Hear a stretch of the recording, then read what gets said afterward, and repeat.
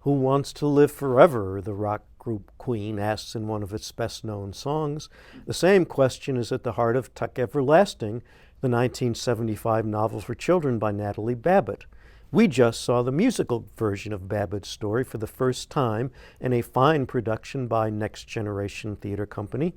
The Tucks are a family with a secret. They became immortal after drinking the water from a magical spring near Tree Gap, New Hampshire. Upon recognizing the difficulty of not aging along with everyone else around them, the Tucks began living in seclusion. The parents, Angus and May, remain apart from the children for 10 years at a time. At the start of the show, they're looking forward to their next reunion with 21-year-old Miles and 17-year-old Jessie. Complications arrive for the Tucks in the form of 11-year-old Winnie Foster. She has run away from home to escape from the strict rules of her recently widowed mother. Winnie encounters Jessie at the Magic Spring.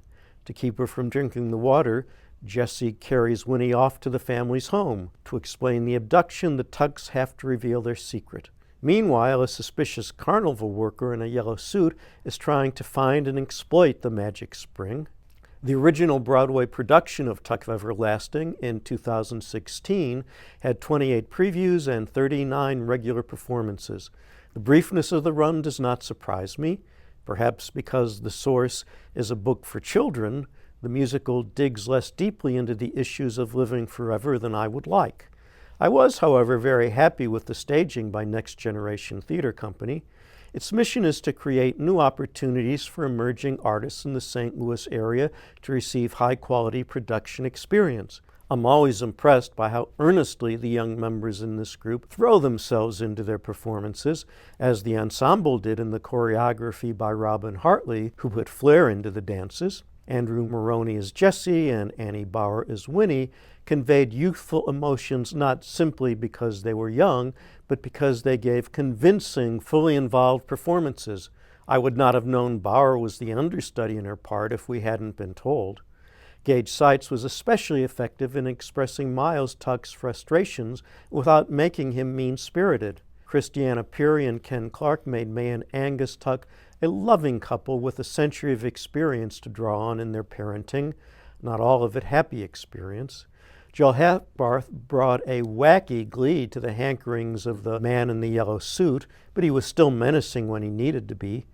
Mika Tharp, April McCandless, Ben Ketcherside, and Isaiah Henry were noteworthy in supporting parts.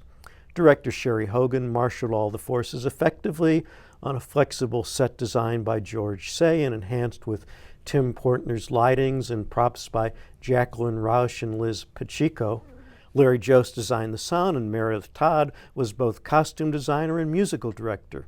That's an impressive double. Yeah, an unusual one, I think. I agree with all you were saying about this one, but I particularly appreciated the choreography of Robin Hartley. She had dancers, some with obviously extensive training, some with not so much, but they all had things to do that they could do, and it was always interesting. She came up with good ideas in them, and it went well with the music, so let's hear the music.